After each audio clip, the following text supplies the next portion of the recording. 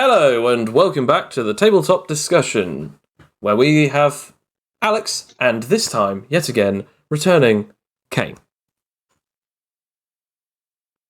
Hello. Oh, right, yeah. Okay. Yeah, I didn't know if it was friends, just Kane. It's like, yes. Please die. This week, we are going to be talking about character design, because I think we have... Okay, I'm going to say this. I'm a massive fan of everyone's characters that when they create them, especially when they get art done by our lovely artist, Coming Soon, aka Coming Soon _coin. Check him out on Twitter. Because the character designs are amazing. Now, I've got a few of them up on the board today. We have Rakia and a couple of others, one of which is Azazel, Adrian's nemesis, but we do have a few others, as you may also see. But character design, it's very important in a lot of different ways, but the biggest way that it is important for us is it gives us a way to be able to envision our characters. Now, we're mostly going to be talking about the usual designs in and out of the actual visual style. We're not just going to be talking about any art. We're also going to be talking about mechanical and backstory and everything, just anything and everything to do with the actual design of the character. So, if you're not quite sure, usually when you are playing a tabletop game, you get to make a character. Usually, you get to make them. You get to design them in any which way you want, choose their class, their race. In our system, you get to choose their species, their powers, maybe what type of weapons they have, even what kind of clothes they use, armor, gear that they may have alongside them. We also get to design their personality and their particular likes or dislikes, their fears, their obsessions, any particular things that might be their vices or their great virtues. What are their flaws and what are their great pinnacle feats that they can perform, or even the things that are deep within their heart. So, without any further ado, we should probably talk about the character design of some of the characters that we've made and even some that we are hoping to achieve at some point. So, who would like to go first? I'm hoping it's Kane, but because I feel like I talk about Rakia all the time. First. I'll go first. Yeah, you go. Go. Do it. Alright, well, I guess I'll go back to a time. I'll go with probably the simplest character design I've ever gone with, which is a character named Anarche,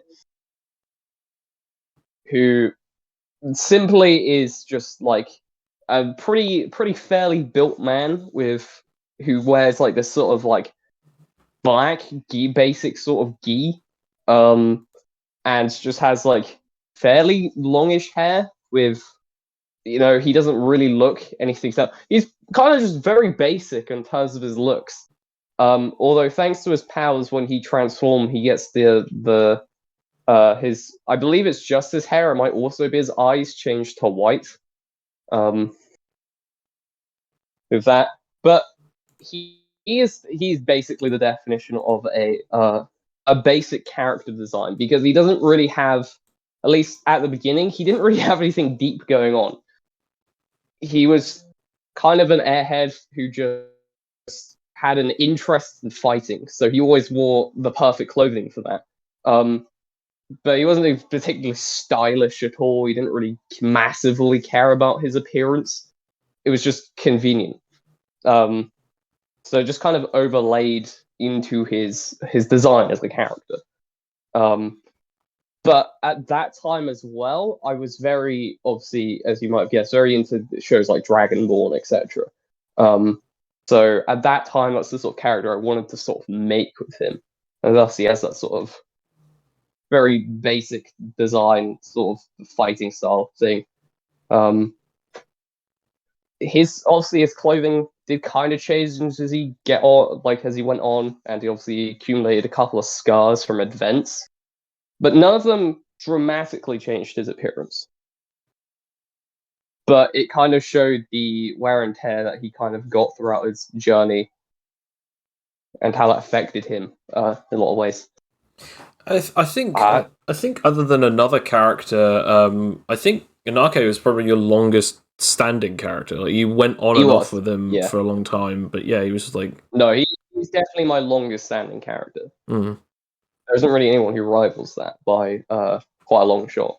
So, I would have said Hawk.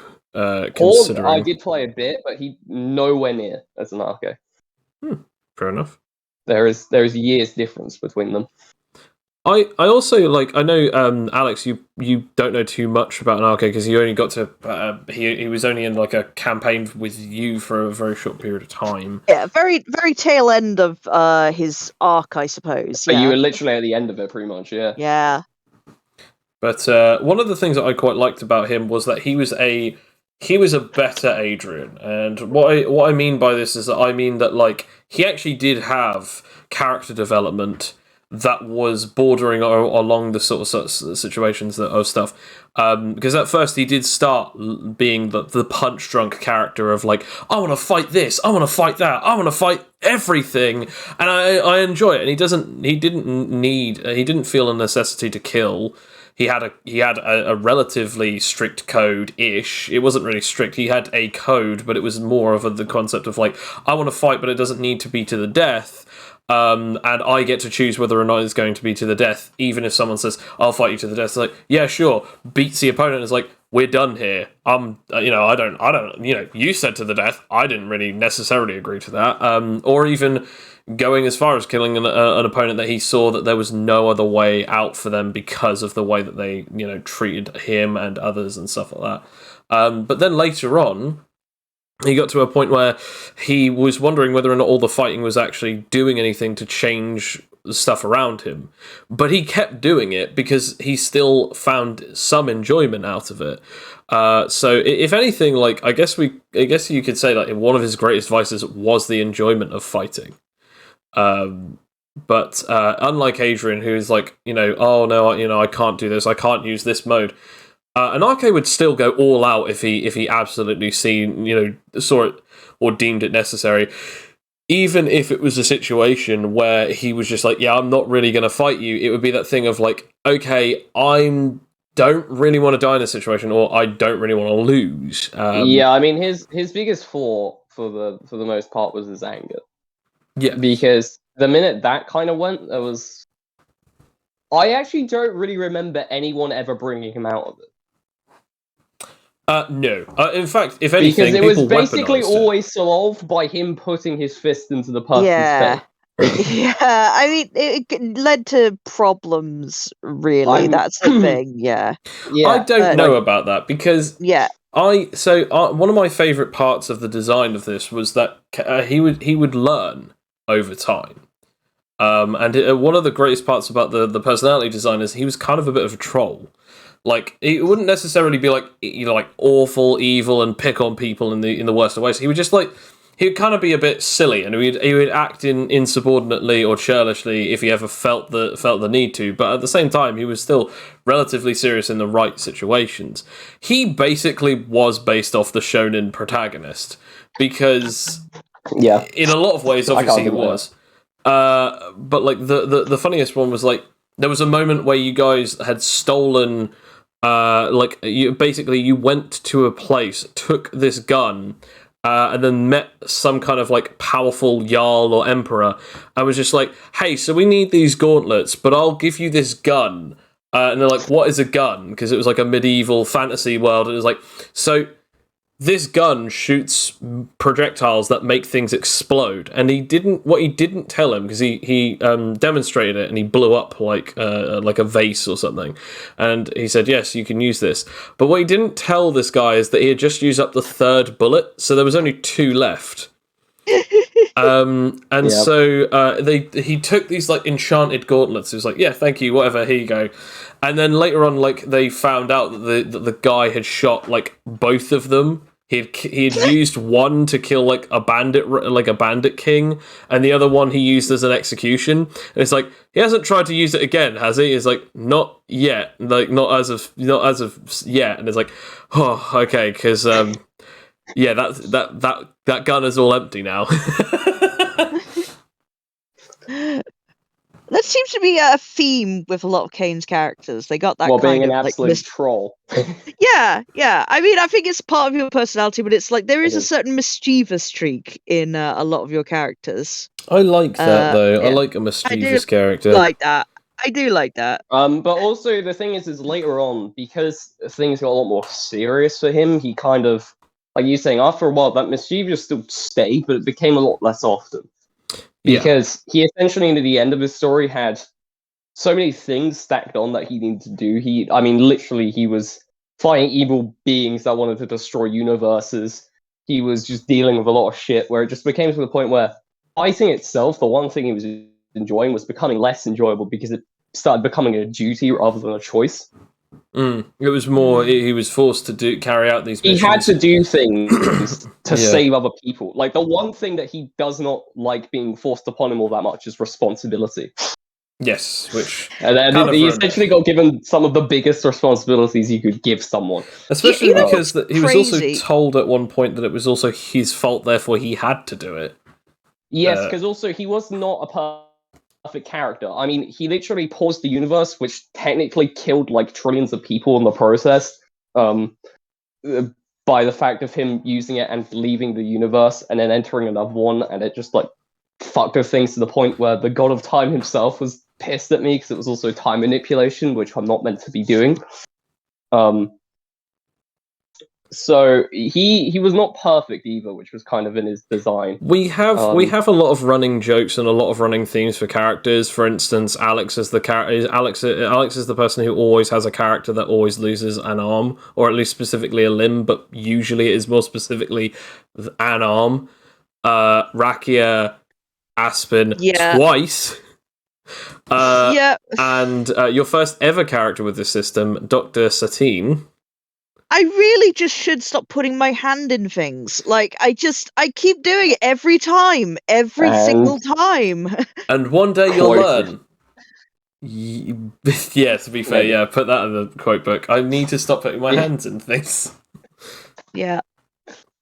So, yeah. That's the running theme with you. Your running theme is usually that you end up having a character that will lose a limb, usually the hand, but hey, we're not picky here. Kane, you have one where it's like, if there is a god, at some point, if you are in that campaign, you are gonna either piss that god off, or you are gonna end up doing something that is going to, like, inadvertently affect the way that the god sees the party. Even if it isn't an actual god and it's just seen as a god. That very same god's son came to me and said, yeah, bro, I'll erase you from existence. Definitely exactly like that. And Anarchy just went, okay, but if you erase me, I won't feel anything.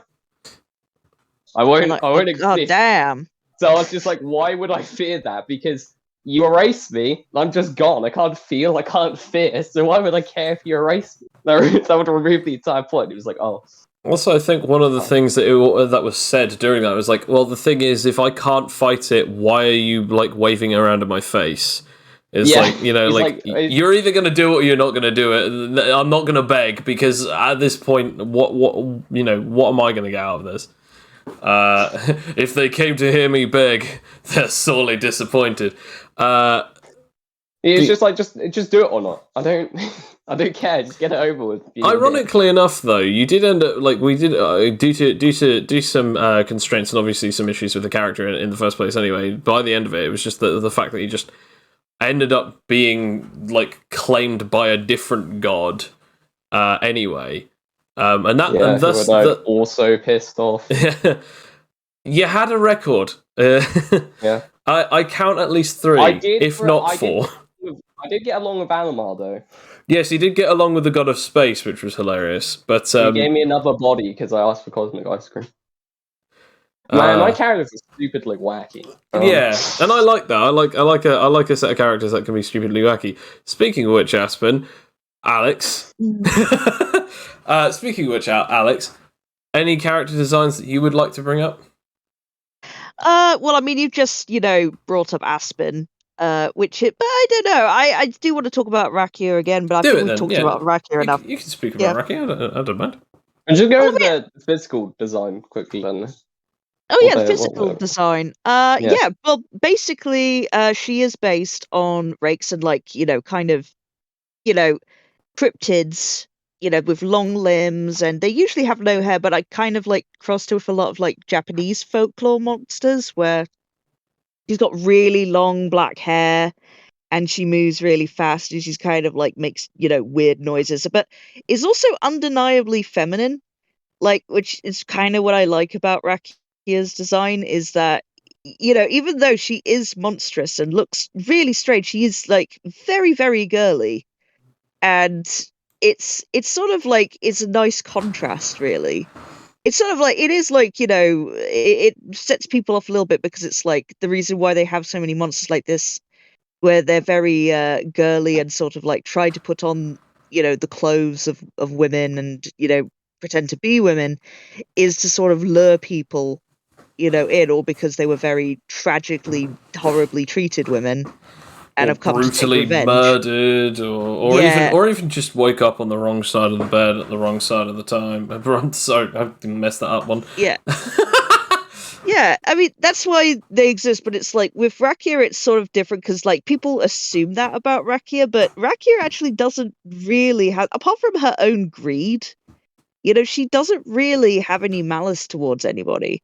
Like, she doesn't, she hasn't got that, at least as far as she knows. She doesn't have, that aspect. She is trying to be genuine, which I find it very, funny on its own, because, well, what if one of these, horrific monsters with a reputation for, killing in horrific ways was actually trying to be genuine, like trying to fit in and being, trying to be a nice, girly, feminine person. I think one of the reasons why I quite like Rakia is not only because it's the first character in a while that we've had of yours that actually has artwork, because the last character that you actually had that had artwork was Aspen, and I really loved Aspen, but we haven't had artwork. Oh, actually, no, that's not right. Alec from the Animite Fables. Yeah, that was like the one time. Yeah, you know what? You know why it is? I think why that is because, I have a certain connection to the one, so I feel like, oh yeah, we'll do some art. These are the big ones, I think, especially with Alec, because, we're like with the other characters with Animate Fables, it was like, I was like, yeah, do with Alec, this is that, and it was because I was excited for Alec, and it's the same with Rakia and Aspen. Actually, there is one thing I regret about Aspen's design, though. That, you may have heard it at the time. Oh my god. It's just scary. The train. Yeah. Oh, it's so dramatic. Yeah, it's actually originally, Coin did with Aspen's hood. They said Aspen, like, coats themselves in clothes of leaves and made of plant life and all kinds of things like that. And what Coin originally did was a kind of Sonic the Hedgehog kind of design, like a big freaking hedge on their hood. Really, really big thorny hedge, but it just looked like a green Sonic head. Yeah, and I was so like, I was like, nah, that's too silly, I wouldn't do that. But I've regretted that ever since. I'm like, no, Aspen would freaking love that shit. I would, I know. It's like, I think it was like ultimately the right choice, but I do kind of regret saying no to that, because I think it would have been way more. I think it was like my rationale was like it would be a bit too goofy, but I think well, Aspen was goofy, and Aspen, liked that kind of like nonsense. If it goes with the right character, then that level of goofiness you can get away with. So yeah, so that is the one thing I do regret in terms of character design. I felt that I was a little bit more conservative than I needed to be. Whereas with Rakia, it's just like it was all out, and I had a very clear idea, and like, yeah. Oh, and also Toxie as well as a bit of art we had as well. Yeah, I think it's just been such a long time since we've played as any other characters but these ones. Because again, for those of you who don't know, we've done 21, if not 22 episodes, literally double the amount of episodes that we did for the villain campaign, and 5 times the amount of episodes that we did for for the AnimiteTales campaign. So I think it was like 4 or 5 Yeah. sessions. Yeah. Yeah. It's sort of a shame, but it's like it needed to end because we weren't getting what we wanted from it. I Yeah. I made a character I did not end up liking in the end with that one. Which is Yeah, you could talk about that one, I suppose. In terms of regrettable character well, design. I actually want to go back to talking about Rakia real quick, which is actually the fact that Rakia is based off of the Huskonian tropes. So there are 4 different Huskonian types. There are the Berserkers, the Archlings, the Shadows, and then the Stalkers. Rakia being a stalker, very spindly, rake-like, as you said already, and quite frankly, like they're supposed to be like either like ashen greyish skin. Rakia properly rocking that look in every way, shape, and form. Yeah. I have to be honest. Like, just it's honestly, if I could get Coin to do one panel, I would love a panel where it is Rakia going into and then walking out of going into the shop and then walking out of the dressing room in her new black dress, because it was just that thing of like this oh my gosh, like she's terrifying, and then just suddenly like screaming like, oh my gosh, dresses, I really love dresses, and then not understanding her and then going, oh sorry, does anyone speak Haskonian? And then she calms down and goes, what? And then it's like, oh, you do speak common language. Okay, this is awkward. And then having it that like they get you a dress, and it's just they get Rakia a dress, and it's just this really amazing moment of like, at first they were like looking at you like a horrifying monster, and then even like a potentially like kind of ignorant moment of like, oh, you must be a foreigner, like you don't speak our language, and then completely assuming the opposite of what it was actually supposed to be, and then finally having that moment of like treating her as an actual genuine customer, and that all of those moments are just proper Rakia. I think the only other thing that would have made that scene better is if instead of Rakia swooning over Bruce, the random contestant, I think it would have just been better if she had like smacked him like outright, and that would have been like an entire 2-page, entire 2-pager of like a comic strip of just all of the Rakia in one scene. Yeah. No, I mean, yeah, basically. yeah, that's Rakia. Just the slapping and the looks and the crouching. Also, that's another thing that it's not mentioned too much. I mean, we do mention it quite a bit. It's like, Rakia's kind of like, got such long limbs, like it's almost sort of like a gorilla sort of movement. Like she's hunched over a lot, as if she's just learning how to walk and stuff, but it's because she has to get through doors all the time. It's just like, I like the idea that, well, like when she's standing up, right? Because she's supposed to be like 3 meters tall or something. Oh yeah, no, she's even like, she is ridiculously tall. She towers over everybody. It's just terrifying, because I think that makes her either 9 feet tall or a little bit taller than that, and it's just terrifying to think of that. Like, basically, this is a small tree just towering over above us. Rakia obviously being the tallest in the group as well, in a group of different types of fighters, because I think we were also talking about the fact that Felix actually gets like a height boost, and he's like 7 or 8, nearly 8 feet tall when he's bulked up, and he's still not anywhere near as tall as Rakia. So it's just funny. It's just hilarious. But I really like that design. We need to actually get new art done for Rakia, actually, because not only has Rakia had costume changes throughout the last like 5 months, but also Rakia has actually had a new accessory due to the fact that, yet again, staying on brand, Alex, Rakia lost an arm. So Rakia got a special like weird synthetic prosthetic that works just like her old arm, but slightly better. I still got that. I've still got those that damage stored up in it as well, so I could do that. That is true, yes, absolutely. And again, just a really cool little bit of design. One particular thing that I do quite like, we already talked about this, so I won't go too much into it, but the development, as you've been leveling up, your character's intelligence has been getting increased due to the fact that one of your 3 powers is super intelligence, the other one is super wisdom, and the final one is super dexterity. You get faster, you get smarter, you get more aware of things, and because of that, Rakia's speech patterns and the way of which that she deals with her friends is a lot more interactive than it used to be.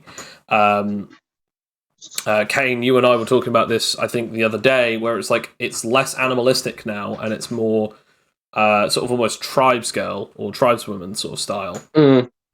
Just wait until I max it all out, and then it's just going to be the perfect lady, with Yeah, a the lovely super big posh. hat. Yeah. Yes, I do think so. And takes a saucer and a little cup. It's like, absolutely delectable, darling. Sips on it, accidentally burns her tongue, rolls a bad willpower, hisses at it. Just slaps it. Bad tea. Splash, hurts hand, then slaps someone. I'm waiting for that moment. Just freaks out. I don't really have many characters myself to talk about for character design, but I would like to talk about some honourable mentions of NPCs, which I've actually got a couple here. First one is Azazel. Love him. What a douche. I'll put him in. I'll actually drag him into the middle of the frame actually for those. What a lovable douche. Yeah. I don't think lovable. That's doing a lot of stretching. Those of you who aren't watching and instead who are actually listening, I might as well just tell you this: Azazel is a light-ish skinned man. I say lightish because we still don't know what exact ethnicity that he would be closely resembling. He might be white, he might be Hispanic. But he's relatively lightish tone. He has round, circular sunglasses, a big black, bushy beard. He's got tattoos all over his right arm. He's sort of like a portly belly, but actually like quite chunky, like muscular arms. And he's sort of like got a bit of a biker motif going on with a red bandana over his head. But one particular thing that people notify about him immediately is he used to be a mercenary. And I say used to be because one of the biggest things that people remember and know about him is that he actually is the reason for the destruction of Adrian's homeland or hometown, which was a large hive. And he basically wiped out up to minimum of like about 300 to up to about 1,000, if not 2,000 people, barring about 3 of them. 2 because that they were able to escape, and 1 because that they had not yet returned back to the hive. These wasp people were known as the Crawford family, or the Crawford royal family, or the Crawford queendom, and they were completely wiped out due to his green flames and odd purple smoke. Later on, they were able to find out the discovery that he was actually in the tournament known as the Omegan Championship Games. Adrian wanted to find him and therefore sought him out, only to come very close to defeating him, and basically was not able to finish the job. Cloak, Bill's character, was able to find him, but actually let him live due to the fact that he knew that Adrian would fight them once again. However, now we can kind of put this into a bit more context as to why Cloak, of all people, actually didn't want to finish him off and didn't want to let Rakia finish him off. Because he's big on revenge. He's big on revenge, exactly. I'm glad that you're paying attention. But yeah, so the 2 things to note about his design. We were talking about this, and the thing is, I said to Sam when we were coming up with the idea for it, I said, the thing is, I need him to have an ability that is visually different. And at one point I then said purple smoke because of the, it's a very specific type of, like poisonous haze. and the other thing is the green fire. Now, later on, it would then be revealed that he has the ability of chemistry manipulation. He can basically turn certain solids into other types of solids. So he can turn like rock into steel or stone into stone into mud, or any kind of solid matter into any other type of usual solid matter. He can also turn certain liquids into other liquids. At one point, he sort of makes a concoction that is that basically he makes some kind of like strange moonshine out of different types of like liquids and stuff like that, and basically he's able to, you know, sit on his own. And he basically made like a basic chair to sit down in the middle of like this purple haze, because he's like, yeah, nobody's going to come anywhere near me, so I'm just going to sit down and have a drink. Little did he know that was a massive signal flare to Adrian. But the reason as to why he has green fire is actually due to the use of his power. So because he is a pyrokinetic along with chemistry allows the user to transmute all sorts of different types of things. And one of the biggest ones that he can transmute is he can transmute stuff from one thing to another, but also he can transmute plasmas. So he can actually amplify his fire by generating and controlling fire with pyrokinesis, and then transmuting it into a slightly stronger flame due to his chemistry manipulation. He can also change that fire into electricity, into lightning, due to the plasma transmutation ability. Now, the reason why it's green is actually due to the fact that upon fire meeting certain types of chemicals, it will change colours. And therefore, due to the fact that he has used his powers in tandem together so often, his basic pyrokinesis now, whenever he personally generates fire, it's always burning that sort of surface level. And it's almost like a little transmutation. So it's actually burning the air, and it's actually almost turning the air ever so slightly into a different chemical as it's also burning it up. So it's actually changing the color straight away. So therefore, like it's almost like a not necessarily a scar, but I guess you could say he's accidentally permanently changed his abilities forever, because they are green flames. And I say this with absolute confidence, considering the first time that you ever see it it's actually copied from a person who doesn't have both powers. He only copies the pyrokinesis aspect. And again, when you first see it, it's green fire. Yeah, Azazel's one of my favourite. That's how the sausage is made, folks. Because I want to do that. I would have thought that was like a unique attribute or something, you know. But it's like, oh, that's how he did it. It's a unique twist, but it isn't enough to per se have a whole unique attribute for it. But yeah. Yeah. There is one character. There is one character that, again, I will always forget. I think it's still the best character you've made. It didn't really get his due. Is let's say Namor? Was the one you'd had? The one in Nesmertel. Nesmertel, because I think he was built so well, but unfortunately he ended quite tragically with the rest of us. And he never quite there. But I loved his design, and we loved him. You know, it was just like, especially after. I mean, no disrespect, but you had a lot of meme characters. I did have a lot of meme characters.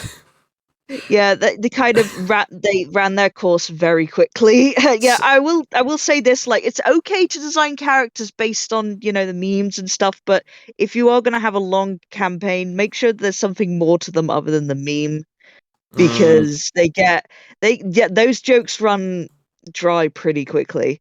You know. Yeah, I mean, I don't know. I personally, like, Nesmer is probably one of my favourite characters that I played, but he did. Yeah, he was I love Nesmer.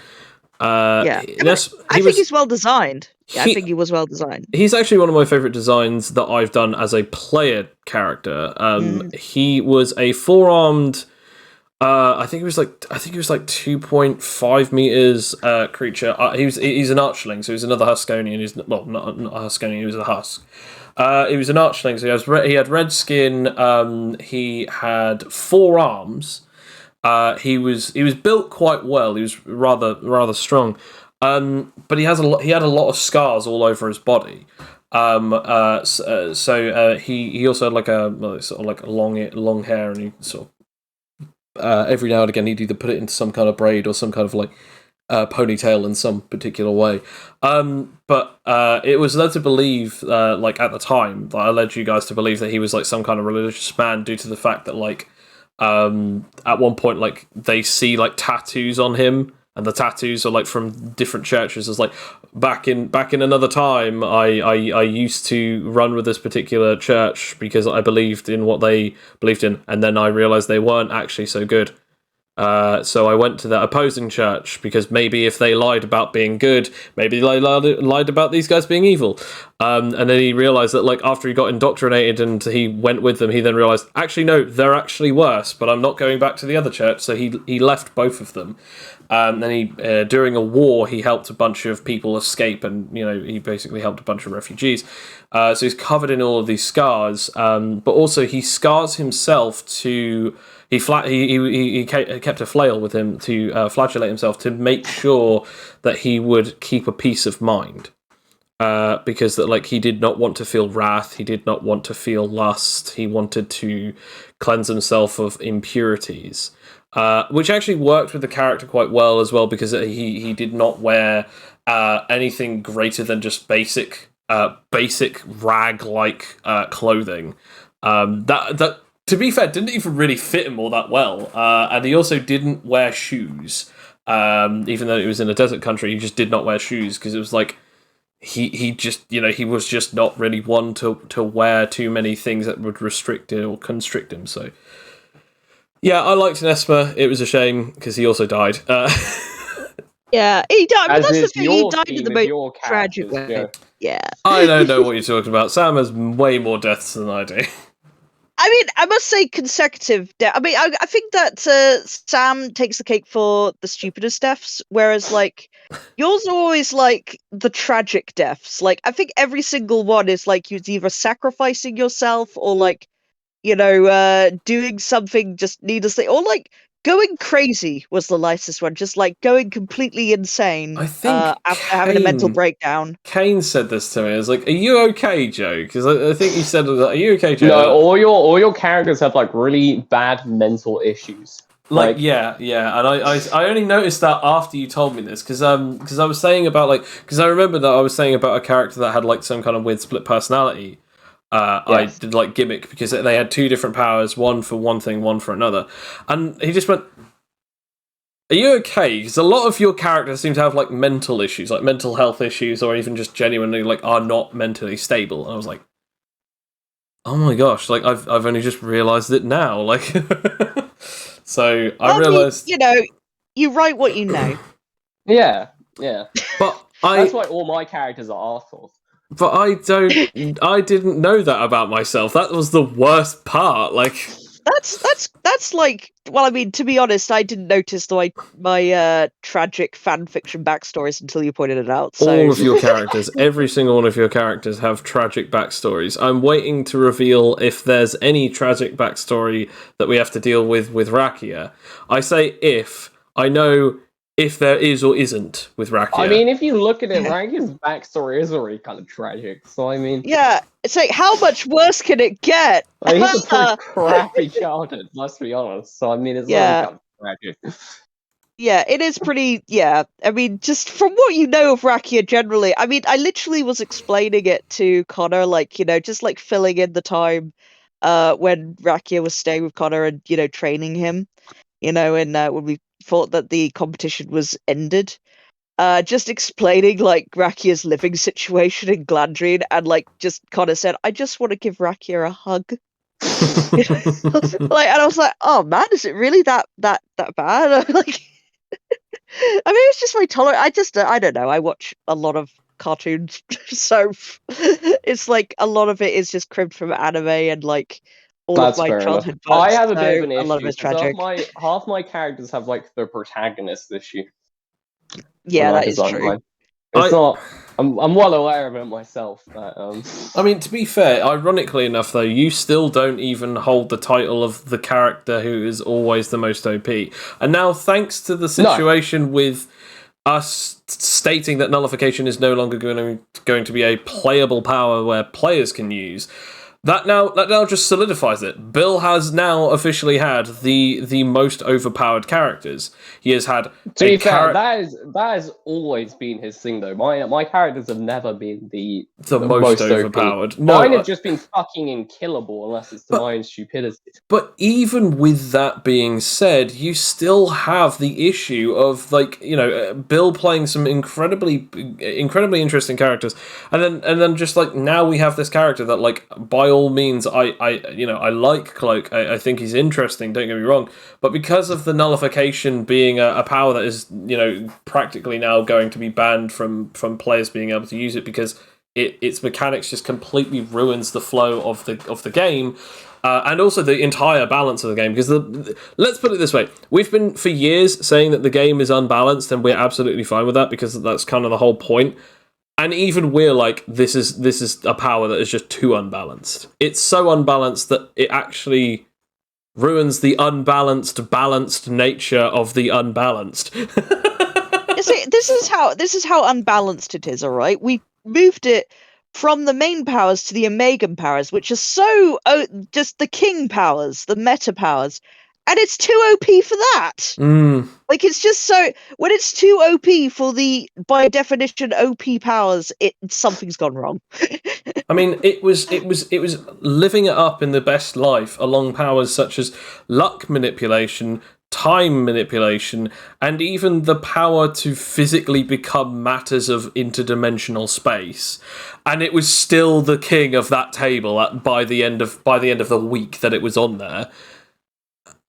So we were like, so I like, don't get me wrong, I love Cloak, I really enjoy Cloak's character, but it is just this thing of like, when this campaign is finished, or when Cloak at the best convenience of the character, when the character is actually done with, I would very much like it to be a different character. Obviously, if Bill wishes, because it doesn't make sense for him to leave at any point other than the exact end, then fair enough. But yeah, it's just it's such a shame because there are so many amazing things, but yeah, no. I mean, if there is a way to, like, somehow balance it, which I'm feeling is more of a distant possibility every day we talk about it, you know, it's just, if there was a way of keeping it, then that would be very good, but it's like, it's so OP. I mean, like, nullification as a concept isn't gone from the game, it's just the power to have it. Yeah. Is gone. And even then, me and Joe have gone over the concept of nullification and items and stuff, and it has to be done very carefully. So yeah, it's being done in a very specific way, and it might even very well be stated as a specific type of item, or even a specific type of build, to make sure that it's, you know, this is the only way that it can be made possible and stuff like that. But actual nullification is going to be pretty rare, so. Yeah, and even if it is common, it's nowhere near as OP as it used to be. I mean, beforehand it was, a nullifier could basically sprinkle on some of their DNA or blood into the forging process of an entire batch of steel. That steel can now be made into basic analog cuffs, and now as soon as the metal touches you, you can't use your powers, and that's it. Your powers are negated. You cannot activate them. You cannot roll for them. You cannot even argue that they could be used. And that was that. That was just it. That, you know, no gadgetry, no nothing. Those cuffs slapped on. There you go. Done. And if they were reinforced, you require super strength to break out of them. And that's if you have super strength. And there's only one race in the game at the time, even still technically now, that have super strength without powers. So that wasn't great. And then on top of that, like, you know, it was just that thing of like, it doesn't work. So now we have different layers of like strength of nullification. There's dampening, which basically weakens powers, and certain types of power users have to roll certain things to be able to break out of it. There's then nullification, which is full on like your powers are just gone, pretty much. They're not really working. And then the final one is negation, where there is no chance that they will work, even with... Oh, blimey. Someone drag racing over by yours? Negation, which is basically like there's no chance, not even with a natural 20, nothing. Like powers will just genuinely not work. Negation is straight up no debate. It just the powers just do not basically exist. It's as if you don't have them at all and never did. And negation is ridiculously strong, ridiculously powerful, but each of them are at certain separate levels of technology. And to make them, one must be a specific type of technocrafter and builder, and even when building these particular things, technology like this can be damaged or broken or destroyed or disrupted, and therefore that's the problem. Governments who would specifically build this kind of stuff, they would spend millions, if not billions, making facilities that would be strong enough to be able to negate multiple people's powers without having worries of whether or not they would actually be able to be powered outside of an external grid. So it's just this, there's a lot of levels of layer and lore, but there are still possibilities for like nullification cuffs and special power clamps so that then like people's powers don't work and stuff like that. But there's also a possibility that like they can be broken or they could be manipulated or disrupted in certain ways, and therefore there's actually possibility to break out. And there's also possibility for the possibility to be removed, but not for everything. Whereas like nullification, you straight up have dampening and nullification pretty much right from the get-go. By level 3 you then gain access to negation as well, and then from then on it's just you can pretty much nullify, negate and dampen anyone's abilities by touching them, by punching them, by grappling hold of them, or even lying on top of them. Like your powers are instantly greater at level 3. So it also doesn't help that one of the abilities legitimately allows you to look at someone and their powers stop working. One of them is you are practically immune to like 95% of all of the powers in the power compendium. And the other one is basically you can negate up to 5, if not 6 different effects. And they don't even have to come from powers anymore. So that one's scary. That one's straight up scary. So like you don't bleed ever again. No. It's kinetic energy. So in other words, like projectiles and even attacks, like physical attacks. Thermal, which means fire and ice. You can negate it so it like drops down to a relative temperature equal to your body temp. Energy and electricity. As well as poison. And I think there's even one where we were joking, but also kind of not really, because I think we actually did write it, which was also negating gravity. Yeah, with nullification zone. So you can negate. You can negate the gravity around you, basically allowing you to fly, because you're basically not bound by the Imagine a showdown with Talos, though. With that, though, like with actual going to his raid is just like nullifying his gravity thing. Spoiler alert, the ability that Bill has makes him immune to any abilities that are generated from a power, and specifically only active as long as the user's powers are still in effect. Meaning that if someone is nullified, the abilities no longer exist out in the real world. Every single ability that Bill created for Talos is exactly that. If he gets nullified, if Talos gets nullified, all of his gravity abilities don't work, meaning that all of his abilities have zero effect on Cloak. So gravity attacks, neutral grey, black hole, white space, chrono tunnel, gravity zone, heavy zone, even like genuine gravitational attacks, maelstrom. Any single thing that he can throw at him, he is completely and utterly immune, except from if he threw debris at him. Talos's abilities are pretty damn limited, including his ultimate mastery, which is, as I said, neutral grey. So yeah, we're gonna mess him up. When we fight, we're gonna totally mess him up. I think personally, one of my favorite character designs that we've actually not actually spoken about yet is we have to talk about Adrian. As much as I know that everyone knows that I always talk about Adrian, we have to, because come on, 3 different modes, like as if they are a wasp themed Super Saiyan. Like, it is brilliant. It is great. I absolutely love it. Like the whole possibility of a short blue haired female who is relatively, I'd say relatively gender neutral to a certain point, because at first they look like as if they could be male. We all got confused. And she never corrected us. No, we but were like, I love that. I love that we have that, because it's that thing of like, ooh, are they, aren't they? And it's I tell you what, it shows really good character design that you can actually have some weirdness, such as like their whole entire backstory is just so strange. Like it's like they actually do treat each other like as if they are actual genuine wasps.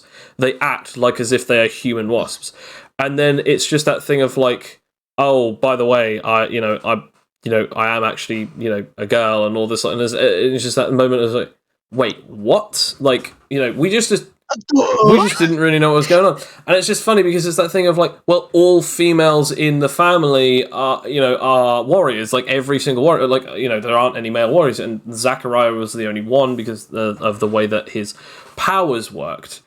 He is a one of a kind in that specific regard and respect. But then in the concept of the hybrid mode, it just grants them certain aspects. They're almost like a wasp variant of Spider-Man, because they shoot out their wings from the back whenever they need them. Their skin is as durable as basically some bulletproof armor, and they can shoot out like the stingers from their wrists or from the tips of their hands.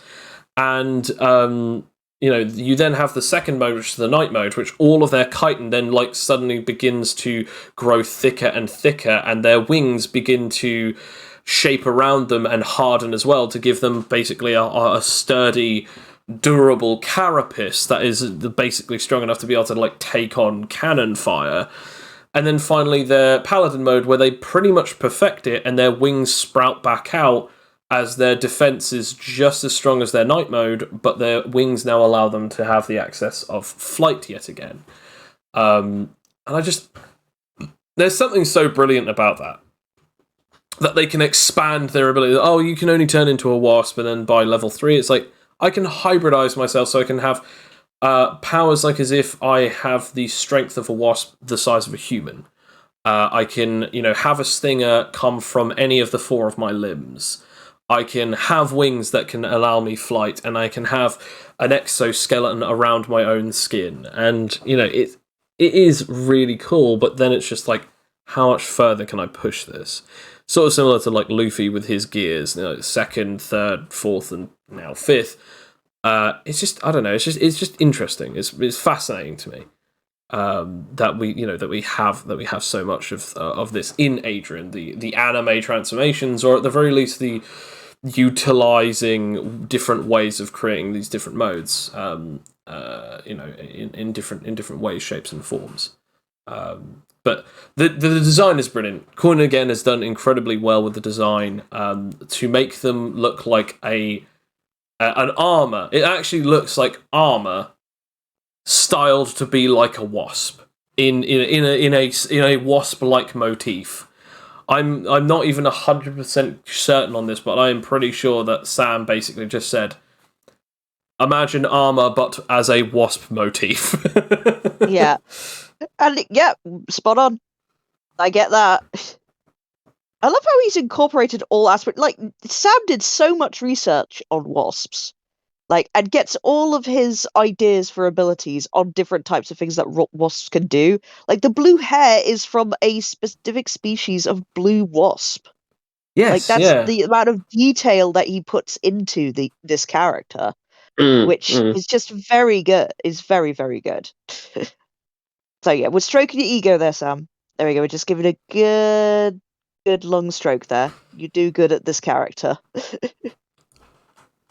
I'd have to say No, go. at least in designs, he's gone a Oh. very extra mile. Ooh, throwing Hey, some no, shade you there. were the one who said earlier he's Anarchish is a better version of Adrian, so you can't ooh me at all. Yeah, no, fair enough. I did that's say true, that. yeah. Personality-wise, and also in a lot of other ways. I mean, yeah, powers flexibility. In terms of what he's done, like in terms of like the character design, the effort that he's put into it is really good. Yes, I do generally enjoy that. Visual mixed with mechanical design is very interesting. However, personality design is all right. I do quite like it, but ultimately the biggest issue that I really had with it is just at the moment the way in which the character development is going. So we need to start doing this while I'm on here, because every time I'm on here, we start ranting about Sam's characters, and I don't want to be blamed for this. So fair enough. Another character design that I think that we should probably talk about, which is actually kind of leading us into the end portion of this podcast, which is character design that allows the player freedom of freedom of all sorts of different choices, where it can the character design can evolve. This is one of the reasons why I do like Sam's design, because of that. However, another particular one is actually the concept of the battle scars. Again, Anarchy never had art done for him, so because of that, we never really got to see that. But as we said, he got scars at one point. He got one of his fingers cut off. He eventually got it reattached, but he actually had a scar on that finger. He had scars from when he got shot by arrows, and at one point where he actually got shot by bullets. I believe he was a slash, or at least a stab on his back. Yes, yeah, no, absolutely. He nearly got cut in half at one point, and he had all these different scars. They were eventually removed. But we actually used those as a hint to you at the time, because we actually stated that Helios, who was imposing basically this angel creature, who was basically imposing as you, using an old version of one of your bodies that was discarded after Anarchy was killed at one point, because Anarchy got killed, and then a god brought him back, but gave him a new body that had no scars, that had no physical damage. However, that this other particular angel found the body and inhabited it for their own particular means, and eventually at one point Anarchy went to a different universe to basically explore some stuff, got caught by this particular individual, and then we threw this whole situation of, oh no, he Anarchy's dying and he's just been flung out of this portal. Everyone quick, we need to heal him, and he was healed and everything.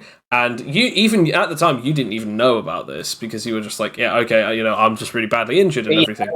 Until the end, when you told about the injuries on my fingers, and I was like, hang on, wait a minute. I just stopped myself mid-session, mid-sentence, because I don't have those scars. Oh. And then you were like, oh.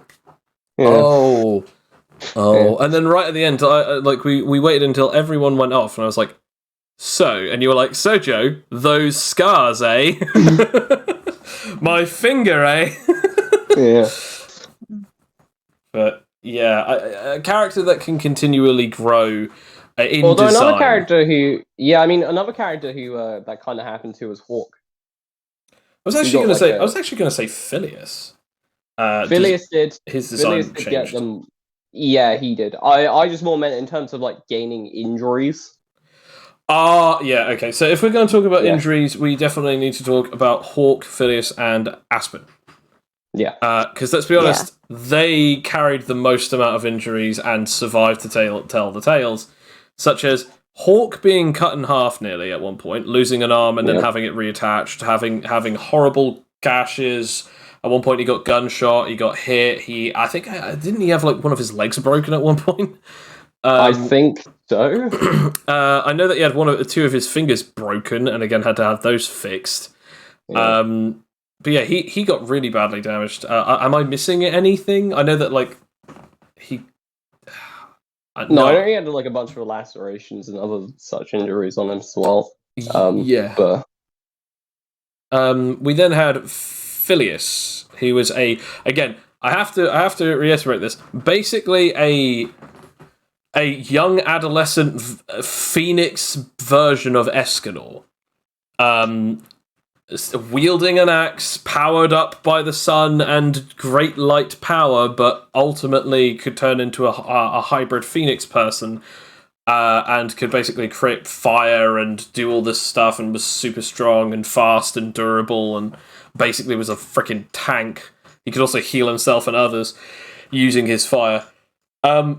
And at one point, we found out that he could resurrect himself, but one of the things that was quite interesting was he actually barely ever took any damage, and finally he had his axe taken from him and used against him, and he was actually defeated by his own weapon, because someone was able to use it against him, sort of using some kind of telekinetic ability. And then because of that, he actually had this horrible scar on his back, where it's like, oh yeah, just a couple more inches to the left, and it would have basically paralyzed you. And then, we also had this thing where he also had a couple of other wounds and stuff like that. He also had a horrible scar on one of his legs, and even a few things. But after that, when he went to Asconia, barely anyone could actually match up to him until 10 came along.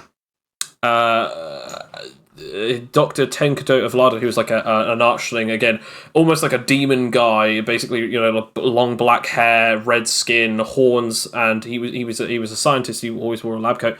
He was incredibly strong, super durable. Basically, he could outmatch almost all of them, in 1v5 combat. And then Phileas went there on his own, charged an axe with all of the power that he can store up, and he made it explode, killing both of them. But because he was a Phoenix person, he was able to come back. And one of my favourite moments ever, he pretends to be a fake brother, so that then the team feels smart, depicting that he actually isn't a fake version of Phileas, but is in fact Phileas himself. Yeah, Silius Soul. Genius. I think it's great because there was a situation that happened a little while ago. I cannot remember what it was, but there's a situation that happened a while ago, and Bill said exactly these words to me. This is why all those years ago, which at the time it was the introduction. It was the introduction of Zachariah, because we were also trying to insight check him and say, are you really a brother? You're not a clone. You're not a Cylon, are you? It's that. Because it was just so there, but no, it was genuine, and thankfully we got good insight checks and stuff, but we're going to attack you now because we don't trust you. Every so many months, Bill will say that exact phrase to me. This is why I chose to do the Silliest Soul thing, and it is still a great moment of designing a character to be a fake version of your own character, so that then the players can feel smart when they realise that you actually didn't, because the joke was that it was no, because they're not going to believe that I just come back after my supposed death. They have to feel smart and figure it out for themselves, because if I say, oh yeah, well, I'm a phoenix, and so I rise from the dead and everything, they're not going to believe that, even though that's 100% the truth.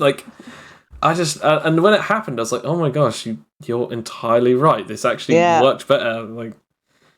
But yeah, and then finally, who could forget Aspen? Yeah. Scar, just scar after scar after scar. I don't even really know where to start. Aspen. How about the wooden arm? That's not even the first injury that Aspen took. First one was, I think, a burn. So the first one was a burn, then the arm. Touching a god's artifact, and it basically glorified your entire hand, and it went all the way up to your elbow, where your entire arm. By the way, all I would say is there was multiple ways for that not to happen.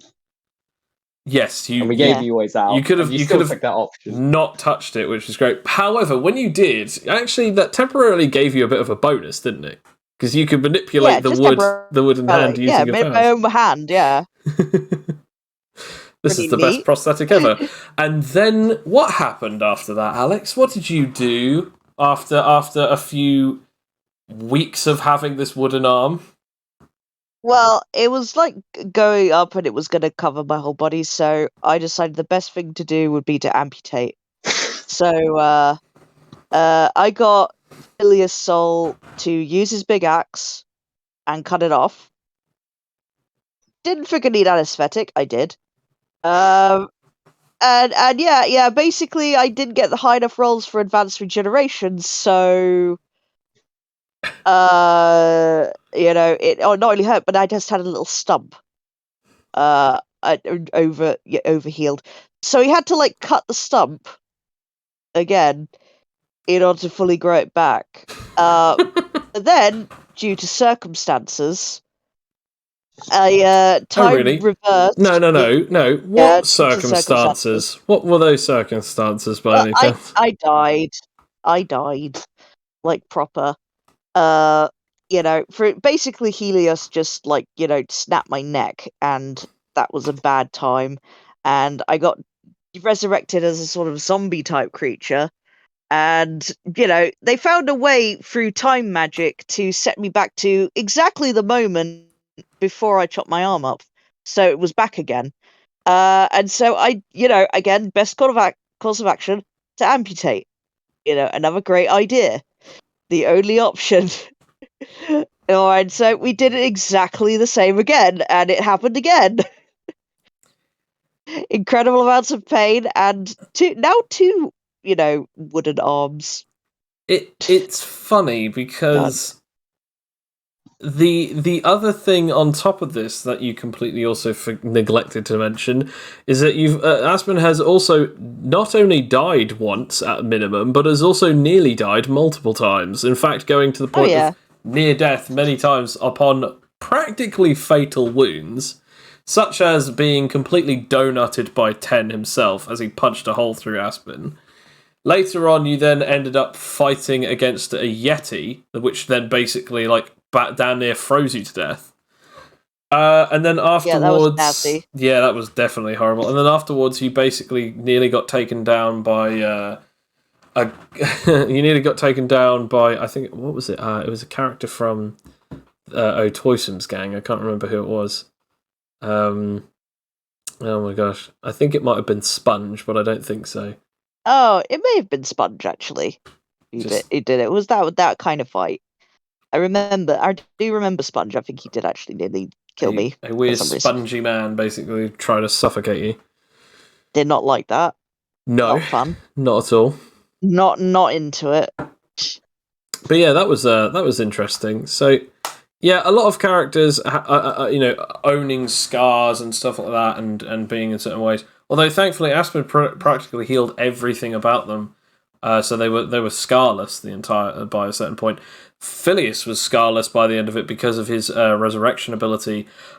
Hawk was the only one who basically carried his scars throughout the entirety of his lifespan as a character. Well, yeah, because he didn't have anyone that he couldn't regenerate them himself. Yeah, so I don't think he would have anyway. So no. And Hawk, and Arcade cheated it because he just got favoritism from a god that gave him a new one. So fair. Yeah, I mean, scars are interesting developments, obviously, because it's something that... I mean, obviously you can start characters with scars, which also makes an interesting story, because it will make people wonder how you got these scars. Absolutely. Which is always fun. Although, sometimes, like real life, the reasons why you got those scars are just really sucky. How'd you get the scar? I tripped and fell, and a knife slightly grazed against my eye. It's actually a miracle I can still see out of it. Well, it's like I've got like an indent next to my left eye, and it's basically because someone flung a plastic shuriken and almost hit me in the eye. So yeah, sometimes the injuries aren't. Gosh, I want that where a character just has tons of scars and there is just a whole new story every time, and they can vary between super ridiculously silly to, oh my gosh, that's super dark and serious, or badass and really cool and stuff. It's like, yeah, this one I got into a fight with a giant wolf. I had to put my poor puppy down, and it's like, I don't know how to feel about that, and then just suddenly having one where it's like, I fell on a piece of Lego, and then suddenly like, yeah, this one, I got into a sword fight with a giant shark, and I won. Just, I don't know, something silly. I do love the idea of that, or obviously the best one, of course. I don't remember. Yep. But yeah, I think one last thing that I was going to state for character design is at some point we'll probably talk about character design in brackets powers. And talk about unique abilities and unique attributes. We've done a power podcast on that, and again, if you haven't seen them, definitely check the power podcast out, where we talk about powers, movies, and fictional tropes in all sorts of different types of fiction. So definitely check those out.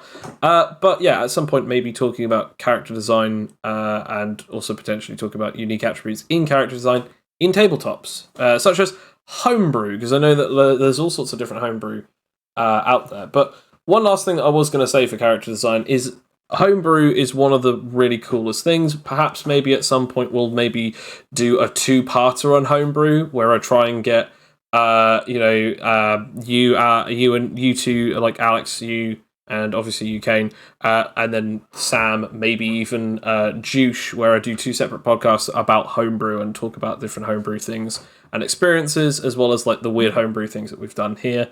Because I think that would be great. I think what I'd potentially do is I'd split it up so it's like perhaps Kane, you would be on the one with Juice, and then Alex, you'd be on the one with Sam. So that then we have one person who has been in quite a lot of different campaigns for obviously AnimiteTales, especially, both of you have actually played characters with unique attributes. I know Sam has as well. And Juice obviously has also played as a character with a unique attribute, or I guess a unique character type. But also, Kane, you have on and off as well. But yeah, so I'm looking forward to that at some point. Maybe we'll do that. Maybe next week. We'll have to see what happens in the next episode of the Crucible of Avarice. But yes. I don't think there's really anything else to say about this, unless if anyone else wants to sign off with one last thing. Screw Boris. Bye. Bye, Boris. Well, that was okay. I don't really know what to say about that, but okay. Well, yeah. Okay.